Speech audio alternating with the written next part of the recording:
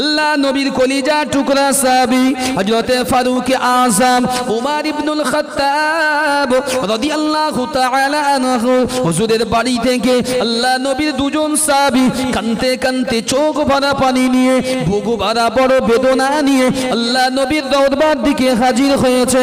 এই নওজওয়ানেরা যুবকেরা মদিনার মসজিদে নববী শরীফে আল্লাহ নবী বসে আছে। আমার রাসূলুল্লাহর মুখটা বড় মলিন হয়ে আছে। আল্লাহ নবীর সবচাইতে মুহাব্বতের সাহাবী, আল্লাহ নবীর বড় আশার সাহাবী ফারুক আযম মদিনার মসজিদে নববী শরীফে ফজরের নামাজের জামাতে শরীক হয়নি। আল্লাহ নবী বসে আছেন। দুজন সাহাবী দৌড়াতে দৌড়াতে গিয়ে আল্লাহ নবীর সামনে গিয়ে হাজির। আল্লাহ নবীকে সালাম জানালেন, আসসালামু আলাইকা ইয়া রাসূলুল্লাহ ইয়া হাবিবাল্লাহ। আল্লাহ নবী জিজ্ঞাসা করলেন, ও বাবা সাহাবী উসমান, ও বাবা সাহাবী আলী, তোমরা কি এমন দেখেছো আমার ফারুক আযম এর বাড়িতে গিয়ে আমার উমরকে কেমন তোমরা দেখলে?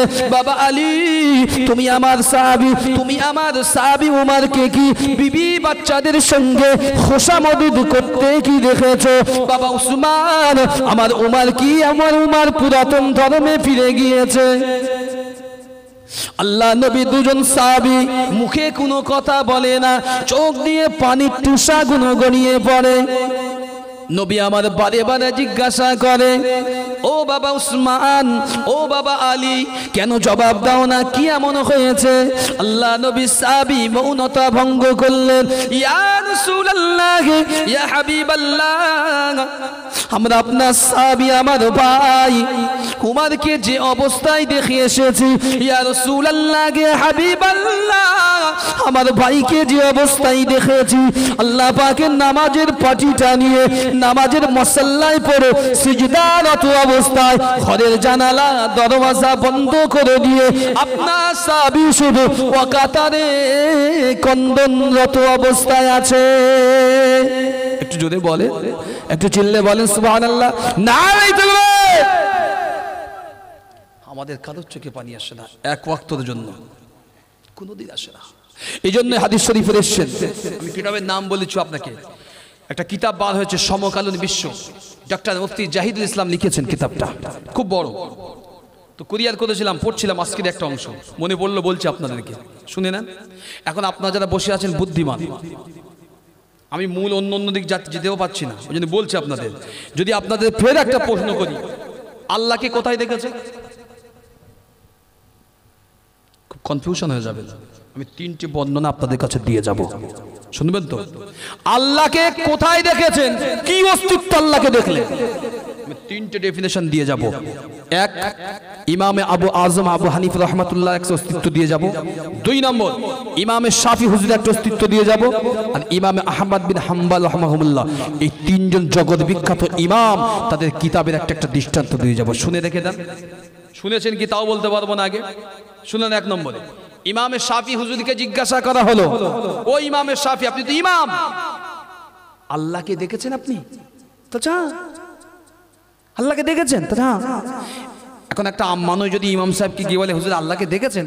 ইমাম সাহেব যদি বলে হ্যাঁ দেখেছি, হ্যাঁ দেখেছি, সব বন্ধু ইমাম সাহেব পাগল হয়ে গেছে। ইমাম সাহেব পাগল হয়েছে, আল্লাহকে দেখতে পারে?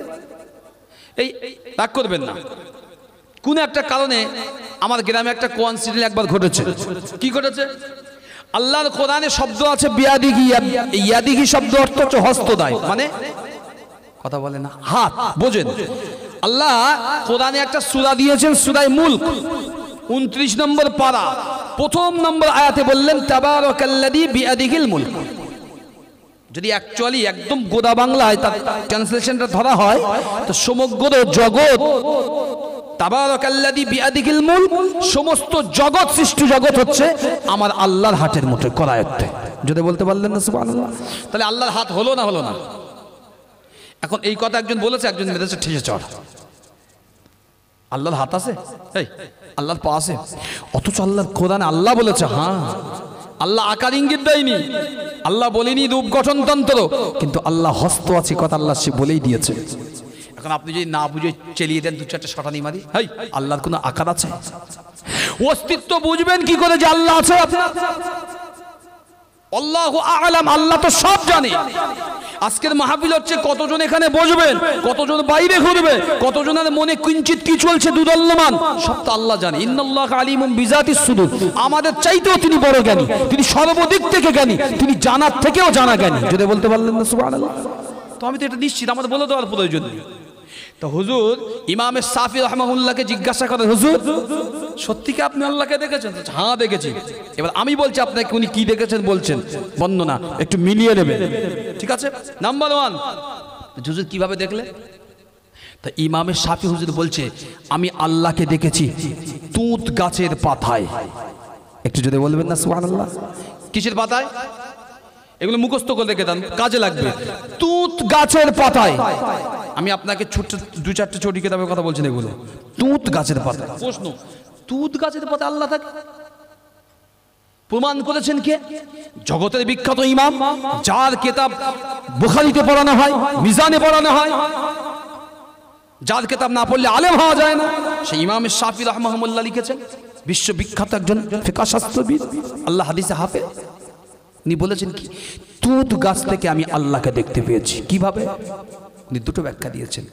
1 নম্বরে ছোট্ট একটা ব্যাখ্যা দিয়েছেন, বাবা আমি একদিন দেখলাম একটা তুঁত গাছের পাতা, সেই তুঁত গাছের পাতা ছাগল আর গরু খাচ্ছে। কি খাচ্ছে? কথা বলেন। ছাগল গরু।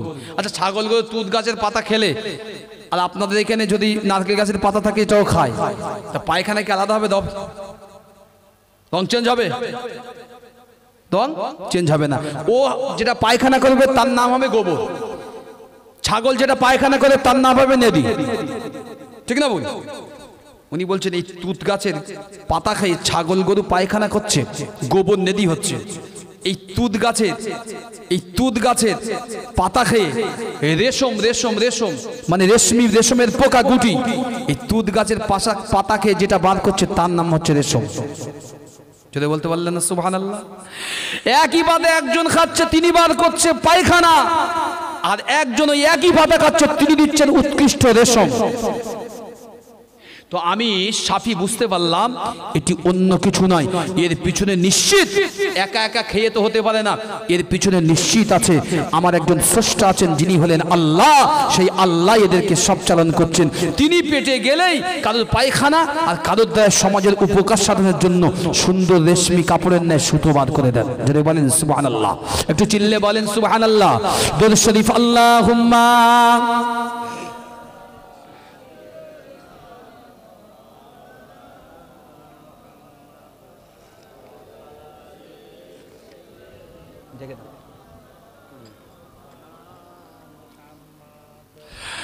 छोड़ फिक्रे दुनिया की, चल मदीने चलते हैं। छोड़ फिक्रे दुनिया की, छोड़ फिक्रे दुनिया की, चल मदीने चलते हैं। मुस्तफा गुलामों की किस्मत बदलते हैं। छोड़ फिक्र दुनिया की। जोरे बोलें सुभान अल्लाह। रहमतों की चादर पे साए साए चलती है। रहमतों की चादर पे साए साए चलते हैं। मुस्तफ़ा की दीवाने घर से जब निकलते हैं। छोड़ फिक्र दुनिया के बाद मेरे मरने के, बाद मेरे मरने के हर ज़बा में चर्चा है।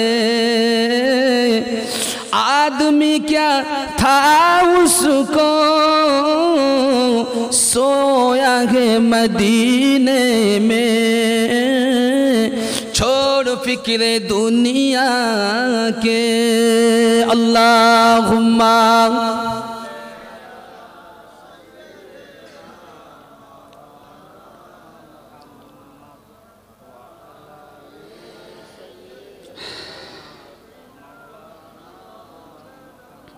যে কথা বলছিলাম হযরত উমর ফারুক রাদিয়াল্লাহু তাআলা আনহু মশহুর একটা বিষয়।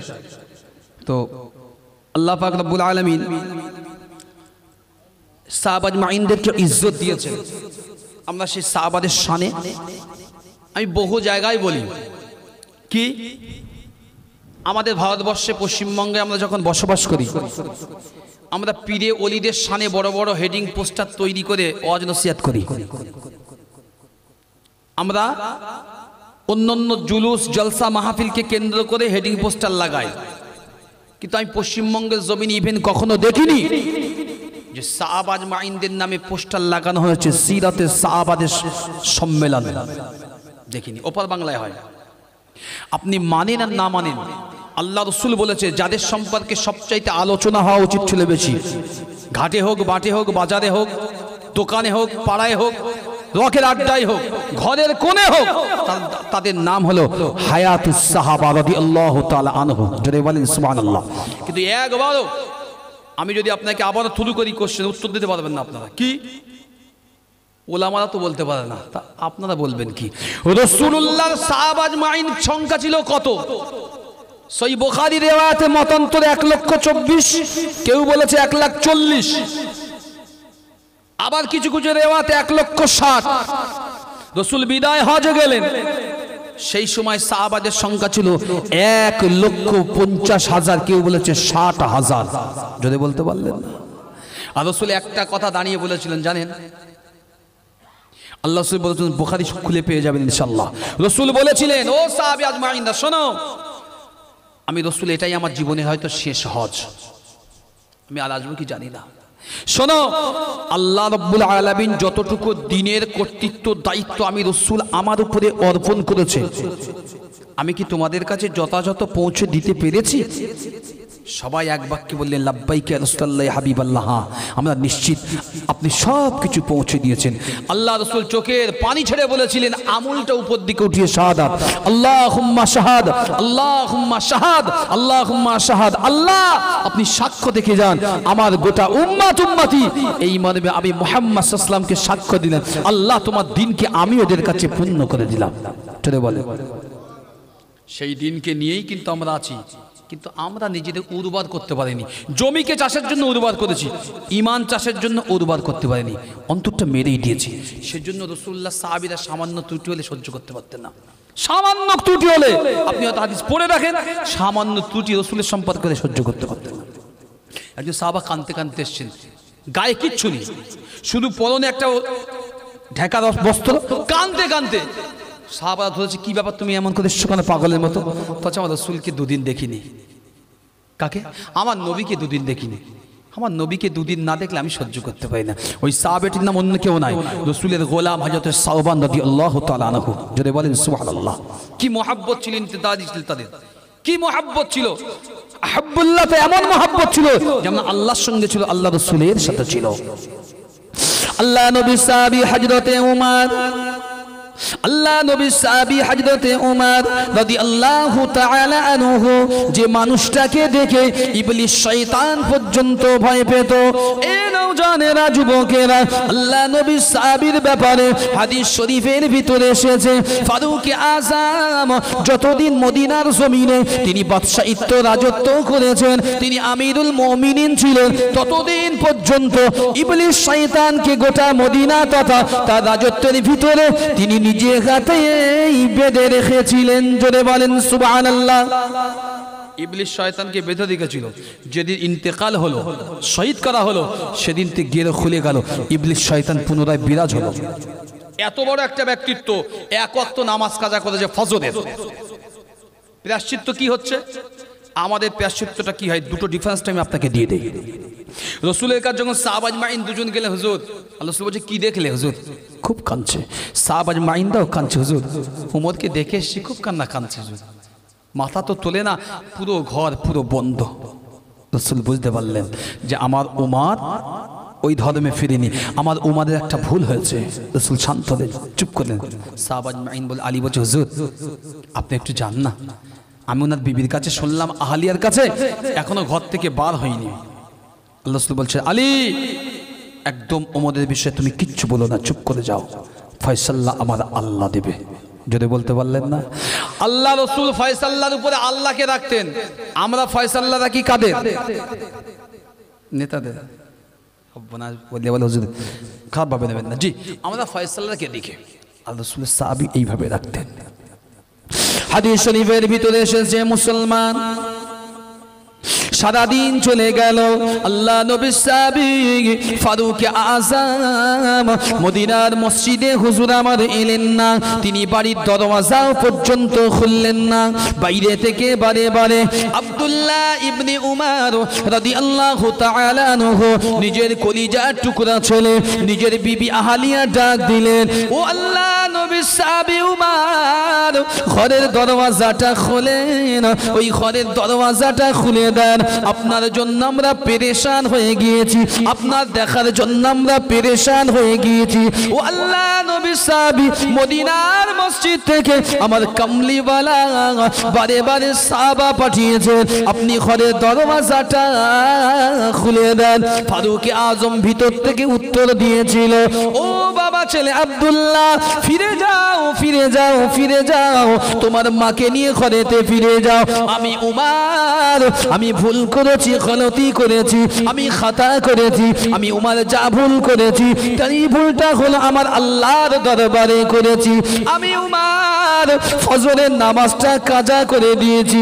ও আমার কলিজার টুকরা ছেলে আব্দুল্লাহ, তোমরা কি চাও ওই এক ওয়াক্ত নামাজের জন্য আমি উমর কবরে আল্লাহর দরবারে 2,88,000 বছর জবাবদিহি করব? বাবা ছেলে, তুমি আমার ঘরের দরওয়াজায় আর বাড়ি দিও না। সারাদিন চলে গেল, রাত গভীর হয়ে গেল, ছেলে দেখতে পেল আব্বার চোখের পানি ঘরের ভিতরে আর আবদ্ধ নেই। আব্বার চোখের পানি কানতে কানতে ঘর ভিজে কাদা হয়ে ওই পানির টুসাগুলো দরওয়াজা দিয়ে গড়িয়ে গড়িয়ে বাইরে আসে। কলিজা টুকরা সন্তান ডুকরে ডুকরে কেঁদে উঠলেন, দৌড়ান লাগালেন, আল্লাহ নবীর দরবারের দিকে দৌড় লাগিয়েছেন। আল্লাহ নবীর দরবারে মদিনার মসজিদে নববী শরীফে আল্লাহ নবী বসে আছেন। আল্লাহ নবীর কলিজা টুকরি সাহাবী হযরতে ফারুক আযম একমাত্র কলিজা টুকরা সন্তান তখন আব্দুল্লাহ ইবনে উমর আল্লাহ নবীর কদম মোবারকে গিয়ে বললেন, ইয়া রাসূলুল্লাহ, ইয়া হাবিবাল্লাহ, আপনার কদমে আমার মা বাপ কুরবান হয়ে যায়। হুজুর আপনি তো সব জানেন, আমার আব্বা, হুজুর আমার আব্বা সারাদিন হয়ে গেল, রাত এত গভীর হয়ে গেল, ঘরের দরওয়াজা খুললো না, জানালা খুললো না, বাইরের পানিও পান করলো না, সামান্য বাড়ির খাদ্য গ্রহণ করলো না। ইয়া রাসূলুল্লাহ, ইয়া হাবিবাল্লাহ, আমার আব্বাকে আমি বারবার বলেছি, আমার আম্মাও বারবার বলেছে, আমার আব্বা একটাই জবাব দিয়েছে, আমি উমর, আমি যত বড় মানুষ হই না কেন এক ওয়াক্ত নামাজ কাজা করেছি, যতক্ষণ আল্লাহ মাফ না করে আমি উমর দুনিয়ার কোন যারা পরিমাণ আমি উমর আমার জীবেতে লাগাবো না। জোরে বলেন সুবহানাল্লাহ। আমাদের ঘরে যদি এক নামাজ কাজা বলেছি সব বোনাস খিদে বাড়ে, তো বাড়ি এসে বলে আগে ভাত দে, তাদেরকে মোটামুটি বিড়ি 4টে টানা হয়ে যাবে, বিড়ি 4টে টানা। মসজিদে দাঁড়ালে বিড়ি পাশে দাঁড়ানো যায় না।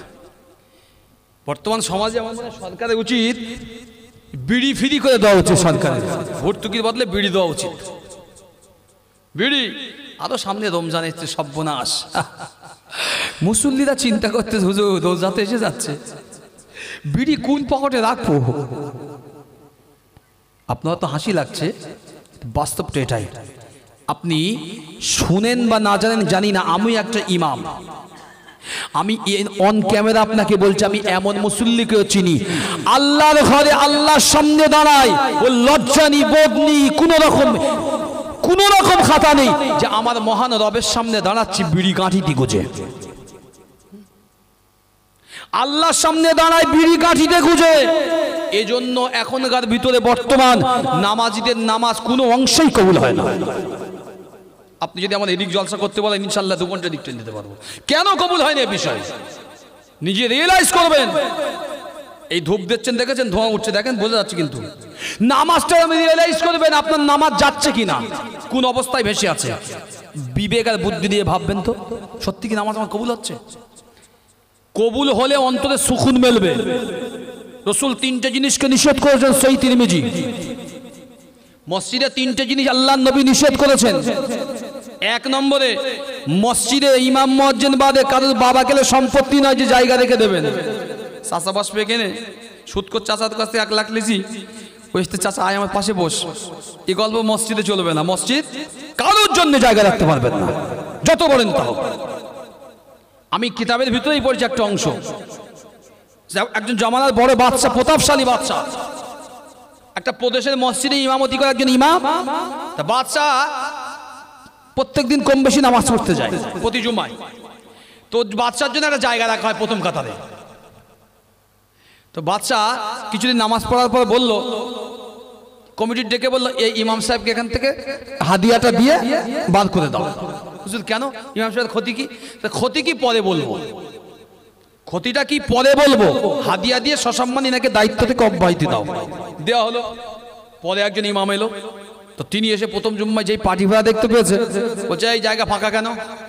হুজুর বাদশা যা পানা বসবে, তাহলে বাদশাহী গিরি দেখাবে বাইরে, এখানে বাদশা রাজা আমি। সুবহানাল্লাহ বলতে মন চায় না? বাদশাহিত্ব করে বাইরে, এখানে আমি বাদশা, আমি যেটা বলবো সেটাই। হঠাৎ বাজে এখান থেকে সামনে সরে আসেন। বাদশা শেষে এসে দেখছে পাঠিয়াননি জায়গায়, সব সামনে বুক পিছনে। তো বাদশা নামাজ শেষ করে কমিটিকে বলছে, এই ইমাম সাহেবটাকে রাখো, প্রয়োজনে ওর থেকে ডবল বেতন আমি বাদশা নিজেই দেবো। যদি বলে কেন? আগের ইমাম সাহেব উনি আলেম হতে পারেন, কিন্তু অন্তরে আল্লাহ ভীরুতা ছিল না, ছিল কি বাদশা ভীরুতা। আর ইমামের ভিতরে আল্লাহ ভীরুতা আছে, বাদশা ভীরুতা নেই। তো এ দুনিয়ার ইমামতি করতে আসেনি, আল্লাহর গোলামতি করতে এসেছে। তো আমরাও যদি এমন হই, সচরাচর চরিত্র ব্যক্তি দেখানধারী তাই, তো আমাদের কোনো জিনিস কবুল হতে বেশি সময় লাগবে? এই কথা বলে না, লাগবে? লাগবে না কবুল হতে। কারণ আল্লাহ আমাদের পছন্দ করলে আর অন্য কিচ্ছু দরকার নেই, কিচ্ছু দরকার নেই। আল্লাহই আমাদের জন্য কাফি। আল্লাহ ছাড়া আমাদের অন্য কোনো উদ্দেশ্য নেই। রাসূলের সাহাবা আজমাইনরা যদি সামান্য করেও জান্নাত পেতে পারে, আমরা হয়তো অনেক শেষে এসেছি, কিন্তু আমাদের এখনকার সময় সুন্নত আমল এতটা খারাপ নয়। আপনি যদি এতটুকুর উপরেও আমল করতে পারেন, এটাই আপনার জন্য পরবর্তী যুগে জান্নাতের জারিয়া হয়ে যাবে। যদি বলেন সুবহানাল্লাহ। আমি এটা শেষ করবো, তারপর অন্যদিকে যাব। ফারুক আজম তিনি সারাদিন দরজা খুললেন না, তিনি ভাত খেলেন না, কিচ্ছুই খেলেন না, কোনো পানি স্পর্শ করলেন না। কারণ তিনি বললেন, আমি যে অন্যায় করেছি, ভুল করেছি, গলতি করেছি, এর সাজা যদি আমার আল্লাহ মকুফ করেন তবে আমি ঘরের দরজা খুলব। ফজরের আজান হচ্ছে, কিছু সময় বাকি, শুনবেন। এমন সময় ফারুক আজম আবার ঘুমিয়ে পড়েছে।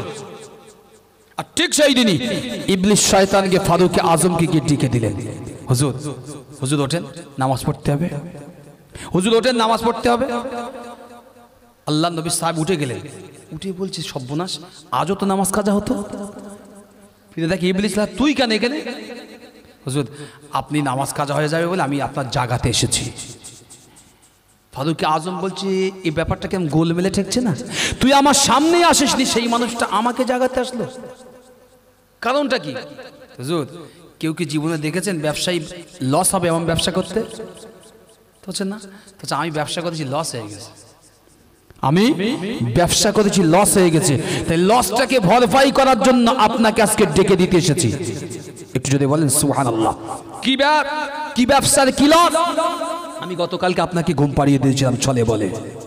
আপনি সারাদিন আর সারা রাতে এত কান্না কেঁদেছেন, এত কন্দন করেছেন, আল্লাহর প্রতিটি আসমানের ফারিস্তারাও বলা বলি করেছে, আমার নবীর সাহাবী এত কান্না কাঁদছেন ঘরের ভিতরে এক ওয়াক্ত নামাজ কাজা করে।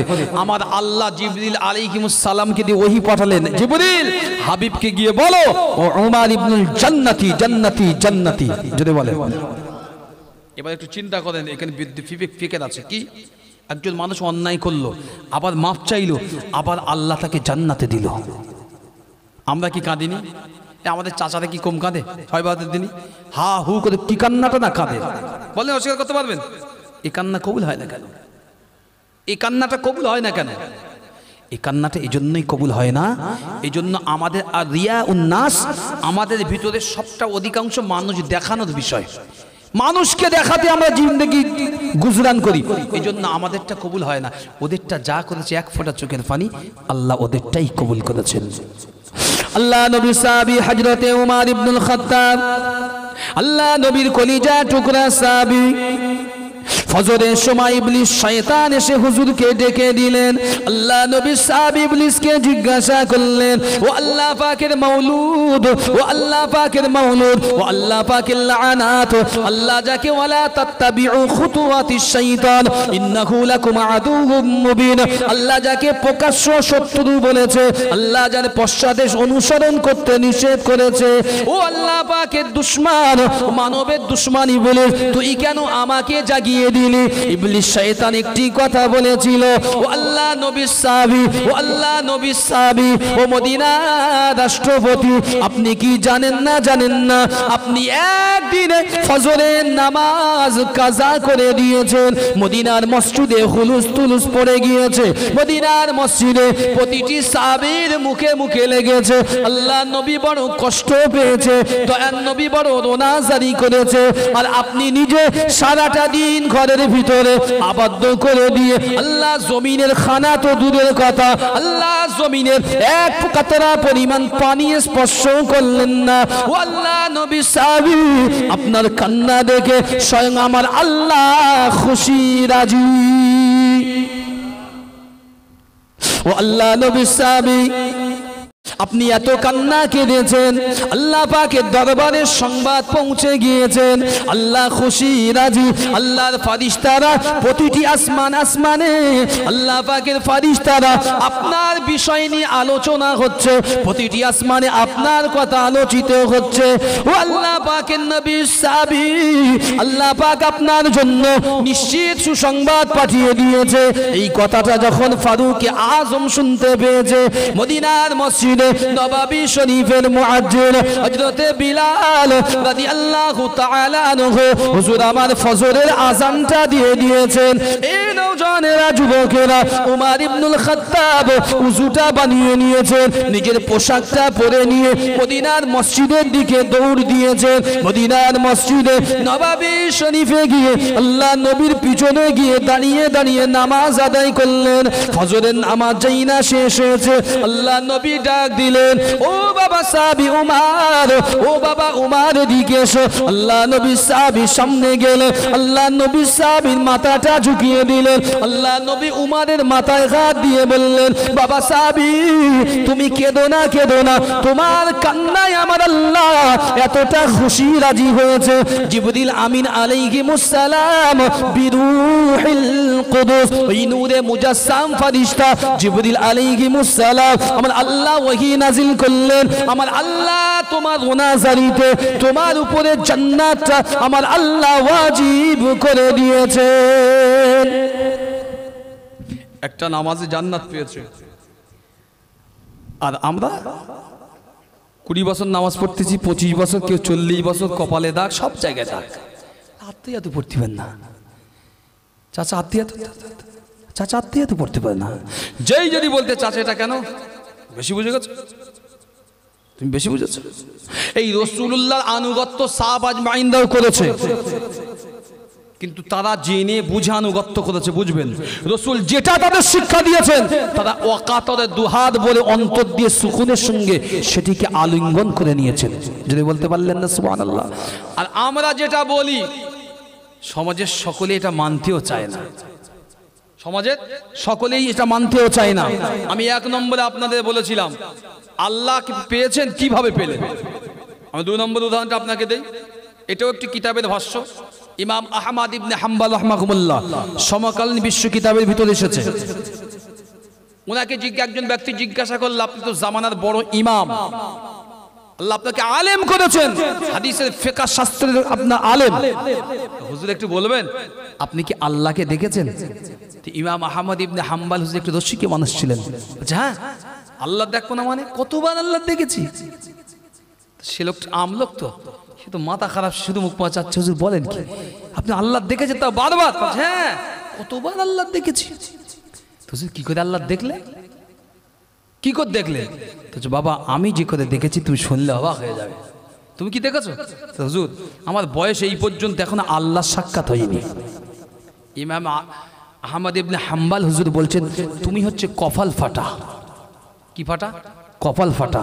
তুমি এত বয়স হয়েছে এখনো পর্যন্ত আল্লাহর সন্ধান পাওনি, আল্লাহ দেখতে পাওনি। তুমি দেখলে এটা সৃষ্টি জগতে, তো কি দেখলে? এবার আমি আপনাকে থ্রু করছি জিনিসটা সেম টু হাদিসের ভাষ্যটা দেখেন নিন। আপনাকে আল্লাহকে দেখেছে ইমাম আহমদ ইবনে হাম্বল রাহমাতুল্লাহ আলাইহি হুজুর বলছেন, শোনো আমি 1 তারিখে একটা জিনিস দেখলাম, একটি ঘর দেখলাম, রূপোর ঘর, রূপো দিয়ে নির্মিত প্রাসাদ। এই প্রাসাদটি এমন একটি প্রাসাদ, খুব সুন্দর প্রাসাদ, সুউচ্চ প্রাসাদ, কিন্তু এই প্রাসাদটির ভিতরে না কোনো দরওয়াজা আছে না কোনো জানালা আছে, পূর্ণাঙ্গ আবদ্ধ। ভিতর থেকে না কেউ বাইরে আসতে পারে, না বাইরের থেকে ভিতরে কেউ যেতে পারে। বাইরের থেকে কোনো ছিদ্রও নাই, ভিতর থেকেও নাই। কোনো বায়ু বাতাস অক্সিজেন যে ভিতরে প্রবেশ করবে তেমনও কোনো লাইন নেই, আর ভিতর থেকে বাইরে কোনো অক্সিজেন আসবে এমন কোনো লাইন নেই। একদম পূর্ণাঙ্গ ক্লাবস্ট একটা ডোরের মতো। তো এটা আল্লাহ না? তা আল্লাহ দেখলেন কই? তো শোনো, এর ভিতরে আমি দেখেছি একটা সোনালী রঙের, ঠিক এমনই একটা এর ভিতরে সোনালী রঙের একটা সুন্দর ঘর, মাকান প্রাসাদ। বুঝলি প্রাসাদটা কি করে দেখলে? ওর ভিতরে কিন্তু অবাক তথ্য কি জানো? এই প্রাসাদটাও এর কোনো জানালা নেই, দরওয়াজা নেই, বার হওয়ার রাস্তা নেই, ঢোকার রাস্তা নেই, অক্সিজেন আসে না, অক্সিজেন যায়ও না।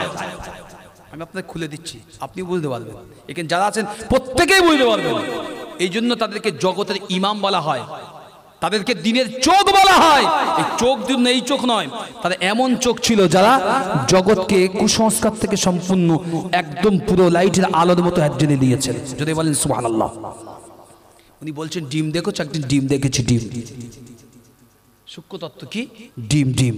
তো ডিমটাকে দেখলাম, ডিম হচ্ছে রূপোর ঘর, আর ভিতরে কুসুম আছে, ওটা সোনার ঘর। ডিম রূপোর ঘর, ভিতরে কুসুম, ওটা সোনার ঘর। আমি অবাক হয়ে দেখলাম ইমাম আহমদ ইবনে হাম্বল যে ডিমের ভিতরে না কোনো প্রবেশ করতে পারে কেউ, না কোনো অক্সিজেন বাইরে আসতে পারে, এর দরওয়াজা নেই, জানালাও নেই। ঠিক না ভুল বলছে? থিওরিটা ঠিক দিয়েছে না ভুল দিয়েছেন? ডিমের ভিতরে বাইরের থেকে কিছু ইনপুট করার মতো কিছু নেই, আউটপুট বের করার ভিতরেও কিছু নেই। ডিম পূর্ণাঙ্গ একদম ক্লোজ একটা জিনিস, ভাঙলে তো গেল। এর ভিতরে আল্লাহ দেখেছেন? বলছেন হ্যাঁ, আমি আমার আল্লাহকে এর ভিতরেই দেখতে পেয়েছি। যদি বলেন সুবহানাল্লাহ। আল্লাহ পাকের ইমাম বান্দা বললেন, আল্লাহ পাকের ইমাম বান্দাটা বলেছিলেন, হযরত ইমাম আহমদ ইবনে হাম্বল রাহমাতুল্লাহ আলাইহি হুজুর আমার বলেছিলেন, ও আল্লাহ পাকের বান্দা, আমি ওই ডিমের ভিতরে আমার আল্লাহকে দেখতে পেয়েছি। হুজুর আপনি ডিমের ভিতরে আল্লাহ কি করে দেখতে পেলেন? আল্লাহ পাকের ওলি এতটুকু জানিয়ে দিলেন, ও আল্লাহ পাকের বান্দা, ওই ডিমের ভিতরে আমি আহমদ ইবনে হাম্বল আমি লক্ষ্য করে দেখলাম, 1 তারিখে ডিমের ভিতর থেকে কারোর সাহায্য সহযোগিতা ছাড়া ভিতর থেকে একটি দেখতে পেলাম, ছোট্ট একটি বাচ্চা ওই ডিমটাকে ছিঁড়ে ফেলে দিল, ওই ডিমটাকে ভেঙে ফেলে দিল, মিডিল থেকে ডিমটাকে ভেঙে ভিতর থেকে আস্তে আস্তে বাইর হয়ে আসলো। আমি ইমাম আহমদ ইবনে হাম্বল আর অবাক বিস্ময়ে দেখতে থাকলাম। ওই বাচ্চাটা জমিনে আসার সাথে সাথেই আমাদের মানুষের মতো কিংবা অন্য পশুর মতো সাথে সাথে আহার করতে লেগেছে। আহার বোঝেন তো? খাওয়া। বাচ্চা যে জন্ম নিয়েছে কিছুক্ষণের ভেতর আমি দেখলাম অবাক কাণ্ড। এর দুনিয়ায় কোনো বয়স হয়নি, না আছে অভিজ্ঞতা, না আছে খাওয়ার কোনো সিস্টেম। বার হলো টুক টুক টুক টুক করে খাচ্ছে। আমি তো অবাক কাণ্ড দেখছি। কিছুক্ষণ পর দেখলাম খাওয়ার কিছু এটা ওটা খাওয়ার পরে পানির পিপাসা পেয়েছে, কোথায় একটা পানি নালা, সেখানে গিয়ে টুকটুক করে মুখ দিয়ে চুমুক দিয়ে পানি খাচ্ছে। যদি বলতে পারলেন না সুবহানাল্লাহ? না কোনো গাইডেন্স আছে, না কোনো গাইডলাইন্স, না কোনো টেক্সট বুক, না কোনো টিচার, কিচ্ছু নেই। না কোনো আয়া, না কোনো ধন্যী, না হসপিটাল, কিচ্ছু নেই, বরং একটা ডিমের ভিতর থেকে এই কুদরতি সিস্টেমে বাচ্চা আসলো। তো আমি চিন্তা করলাম এই সিস্টেমের ভিতরে মানুষের তৈরির কোনো ক্ষমতা নেই। যে মানুষ এত চেক আপ করার পরেও রুহু কোথায় আছে বলতে পারে না, সে মানুষ কি করে বলতে পারে ডিমের ভিতর থেকে বাচ্চা বের? আমি বুঝতে পারলাম এর পিছনে যিনি চালিকা শক্তি, যিনি চালান, উনি হচ্ছেন তাবারাকাল্লাযী বিয়াদিহিল মুলক, উনি হচ্ছেন এক অদ্বিতীয় আল্লাহ। একবার জোরে বলেন সুবহানাল্লাহ। এটা আর 3 নম্বর একটা পরে দিচ্ছি, এটা এবার একটু অন্যদিকে যাই, আর আপনাদের শুনতে হয়তো অসুবিধা হতে পারে। সাহাবা রিদওয়ানুল্লাহি তাআলা আজমাইনদের বিষয়ে 2 নম্বর, এগুলো আপনাদের শুনে রাখাও ভালো বা শোনা উচিত বলে মনে করি। কি ইমানের আপনারও জোর আছে, ইমানের জোর এখানে যারা বসে আছেন কারোর কমতে নেই। তাকবীর দিতে বলেন, একদম মাঠ কাঁপিয়ে দেবে হুজুরের পিছনে, হুজুর সামনে গেলে হুজুরের কানে তুলে দিতে হবে, এত তাকবীর দেওয়া দেবে। ইমানের ভান্ডার কিন্তু ফাঁকা আমাদের, তাকবীরের ভান্ডার বিরাট উচ্চ, ইমানের ভান্ডার ফাঁকা। যদি ইমান সমৃদ্ধ করবেনটা কি করে? আল্লাহ রাসূল হাদিস শরীফের মধ্যে বলেছেন, যে মাসটা বিদায় নিয়েছেন নাম হচ্ছে মাহে রজব, যে মাসে বসে আছি মাহে শাবান, যে মাসটা আগত সে হচ্ছে মাহে রমজান। আল্লাহুম্মা বলেন, দোয়াটা বলেন, আল্লাহুম্মা বারিক লানা ফি রজাবি ওয়া শাবান ওয়া বাল্লিগনা রমাদান। আল্লাহ আমাদের রজব মাস, শাবান মাসে বরকত দাও, আর রমজান পর্যন্ত আল্লাহ আমাদের সহি সুস্থ অবস্থায় পৌঁছে দাও। জোরে বলেন সুবহানাল্লাহ। দোয়া শিখিয়েছেন কে? আল্লাহ রাসূল শিখিয়েছেন দোয়া। আসুন রাসূল কি শেখালেন? বাবা সাহাবী, শাবান মাস হচ্ছে চাষ করা, মানে চাষের, আপনি ধরলেন ধান অন্য কিছু, চাষ পোতার কাজ শাবান মাস, চাষের কাজ। এই আপনার রজব মাস, শাবান মাস নিরোধ মাস, মানে ঘাস অন্যান্য আগাছা জন্মায় এগুলো নিংড়ে দেওয়ার মাস। আর রমজান মাসে ফসল ঘরে তোলার সময়, মানে হাসার, শুধু কাঁদার নয়, অ্যাচিভমেন্ট করে নেওয়ার মাস, এটা হচ্ছে রমজান। তো রমজান মাস আসছে, আমি জানি না আপনি কতটা প্রস্তুতি, আপনি বা আপনারা কতটা প্রস্তুতি, তবে আল্লাহর বান্দারা সর্বদা রাসূলুল্লাহ সাহাবায়ে মাইনরা সর্বদা রমজান মাস আসার আগেই প্রস্তুতি নিতেন। যদি বলেন সুবহানাল্লাহ। আল্লাহ কোরআনে একটি সূরা দিয়েছেন, এই সূরার ভিতরে আল্লাহ একটা আয়াত দিয়েছেন। আল্লাহ শুরু করেছেন হামিম, আল কিতাবিল মুবিন, ইন্না আনজালনাহু ফি লাইলাতিন মুবারাকাতিন ইন্না কুন্না ফাইলিন। এই কোরআনে এই শব্দটা আল্লাহ দিয়েছেন মুবারক, মানে বরকতময়। হাদিসের শব্দ লাইলাতুল নিসফি মিন শাবান। এই শব্দগুলো এসেছে কেন? এই জন্যই শব্দ এসেছে, আপনার জন্য কিছু কাজ করণীয় আছে। আমরা অনেকেই বিরাট নামাজ পড়ি, আমি শাবানের বিষয়ে বলছি না, শুধু বোঝার জন্য বলছি, বিরাট নামাজ পড়ি। এত মানুষ আছেন, এত বোঝেন, এটা কখনো বুঝেছেন ইসলামের সবচাইতে নামাজের পরে দায়িত্ব অর্পিত হয় কোরআনটাকে ভালো করে পড়া। আফদালুস সালাতুজ যিকর ইবাদাতু তিলাওয়াতুল কোরআন। আল্লাহর কাছে যদি নামাজের পরে কোনো সবচাইতে উত্তম জিকির থাকে, তার নাম হচ্ছে কোরআন তিলাওয়াত। যদি বলেন সুবহানাল্লাহ। এই কোরআন তেলাওয়াত থেকে যিনি মারু হয়ে আছেন, জানবেন আপনার মতো হতভাগা পৃথিবীতে একটা নেই। আমার মতো হুজুর দরকার নেই আপনার, আমি আপনাকে হাতে ধরে না পায়ে ধরে বলে যাই, কোরআনটা শেখেন। কোরআনে আপনার মুআজিজা, আল্লাহর নিরবিচ্ছিন্ন রহমত কোরআনের ভিতরে আল্লাহ লুকিয়ে দিয়েছেন। যদি বলেন সুবহানাল্লাহ। এই কোরআন পড়তে পারলেই তবেই আপনার এমন শবে বারাত, এমন লাইলাতুল বারাত আপনার জন্য সার্থক। কোরআন না পড়তে পারলে হুদায় শুধু দোয়া করলেন, দোয়ার কাজ হতে পারে, কতটা কাজ হবে আল্লাহ বেহতার জানে। হতে পারে আর দোয়া মুখল ইবাদ, ইবাদতের মগজাস্ত দোয়া, কিন্তু দোয়ার চাইতে বেশি কাজ আছে কোরআনে। আল্লাহর কোরআন যে পড়ে সে জানে কোরআনের মুজিজা কতটা। যদি বলেন সুবহানাল্লাহ। একবার দরুদ শরীফ আল্লাহুম্মা সাল্লি আলা।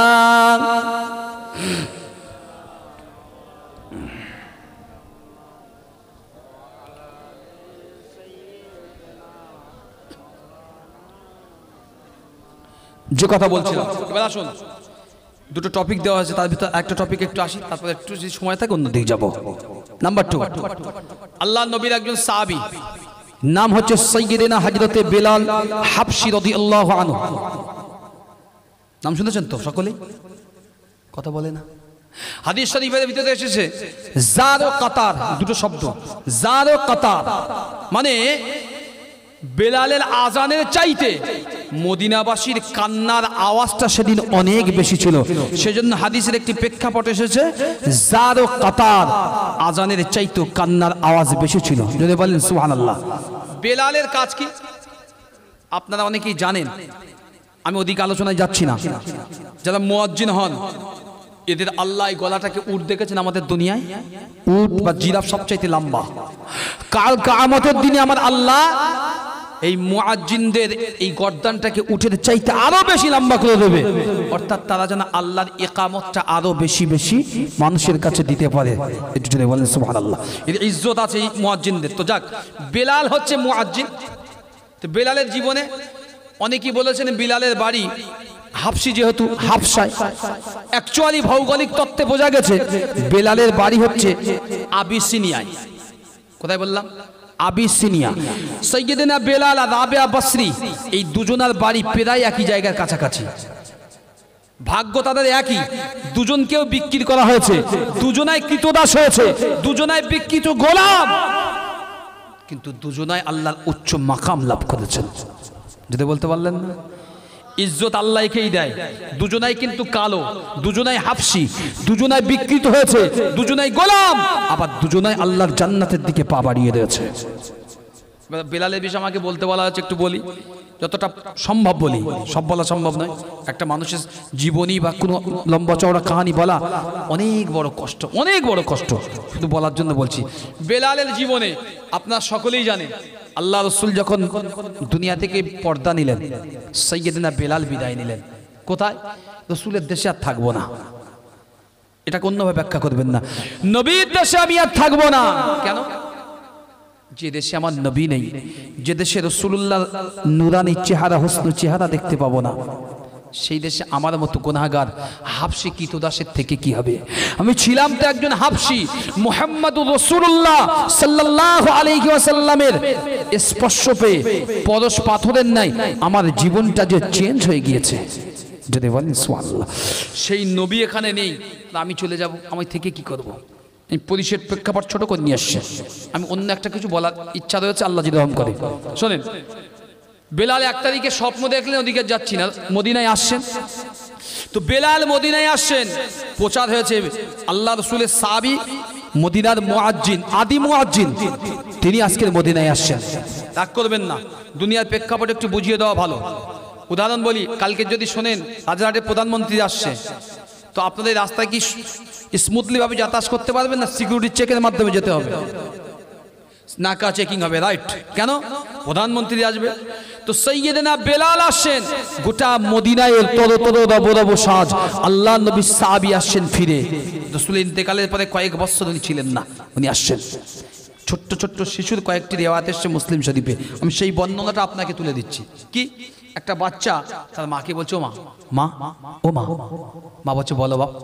ও মা, শুনছি নাকি তোমাদের বেলাল আসবে, তোমাদের বেলাল আসবে? বলছে, হ্যাঁ বাবা, আমার নবী পাকের সাহাবী ছিলেন, তিনি মসজিদে মুয়াজ্জিনে আজান দিতেন, তার গলা কণ্ঠ আমার আল্লাহ পাকের ফারিস্তারা বাইতুল মামুরে নামাজ আদায় করত, এত কণ্ঠ। তিনি আসছেন, আমরা সকলেই খুশি তার জন্য। বাচ্চারা বলছে, ও মা, তোমাদের বেলাল তো আসছে, আমার নবী আসবে না?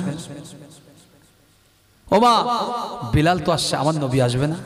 ও মা, তোমার বেলালকে তো তোমরা আবার দেখতে পাচ্ছ, দেখেছো, কিন্তু আমার নবীকে তো আমরা জীবনেও দেখিনি, ইন্তেকাল হয়েছে।